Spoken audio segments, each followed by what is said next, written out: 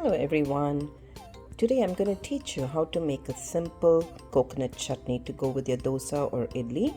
I have a cup of grated coconut. This is frozen coconut that I get in a bag in the Indian store, and it comes very handy, but you can use fresh coconut as well. Just make sure you chop it fine so your grinder, your mixie can move faster and easier. And then I'm using 1/4 cup of chutney dal or dhalia or toasted or roasted chickpeas. Okay, you can just eat it plain and raw. It has no resistance like the regular chana dal, but this is chutney dal. Okay, basically this is what everybody around India use for our coconut chutney. Okay, you can increase or decrease the portion, but today because I'm using 1 cup, I'm using 1/4 cup, or you can use even proportion as well. Doesn't matter, you will still get a good chutney. Okay, so our other ingredients are green chilies, 1 serrano pepper, and about a teaspoon or tablespoon of curry leaves. I'll throw half in the grinder and half in the saute. We need to season the chutney in the end. And same thing with the cilantro. I usually don't use it for garnish for my chutney. I grind it. By now you know that I like my greens ground in my chutney, so nobody has an opportunity to throw it out. And a small piece of ginger and about 2 red chilies to saute. 2 or 3. I think I have a smaller piece as well. And salt to taste, and definitely your blender jar. So let's get started. So I've thawed my coconut, and because that will make the oil, coconut oil, not separate from the fiber.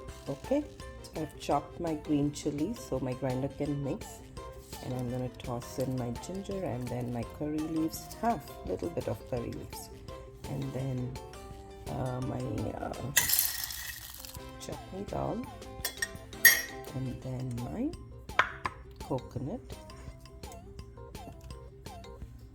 Make sure it's nice and thawed, not cooked through. You just need to zap it in the microwave for 30 seconds and it will be good to go.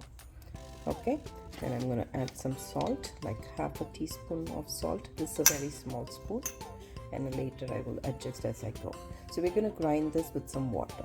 Okay, so everything is in my jar. I've added about half a cup to 3/4 cups of water. You can add according to your thickness that you desire. Let's get this all blended out. So my chutney is grounded to a coarse paste. Don't overdo it. At this point we're going to add our cilantro. If you add it earlier, the whole chutney color will change to green. I add it in the last, so I just pulse it a couple of times and it'll be all done, and the greens will be really won't mess with the color of the chutney. So our chutney is ready, and this is how it should look.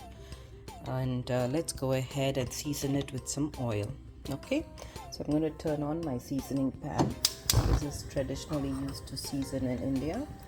It's a small little pan, so you don't waste too much of resources. While the pan is heating, let me transfer my chutney into a nice serving bowl, and go ahead and pour like 1/8 cup of water and rinse this out.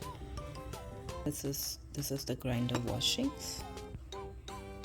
My seasonings are ready to go. I've broken up my red chilies and split up my curry leaves, and let's season a pan with oil.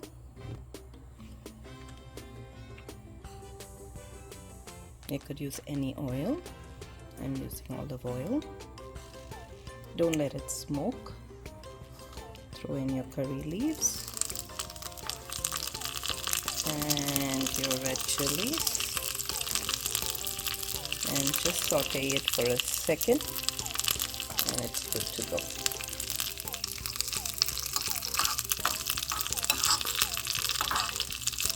You don't want the red chilies smoking out and changing color, so we'll turn off the stove and let it cook in that heat, and then throw it on top of our chutney. So our coconut chutney is done. You can enjoy it with dosa or idli or uttappam or even paniyaram. try my 5-in-1 batter, and let's make this and enjoy with your family. Thanks for watching.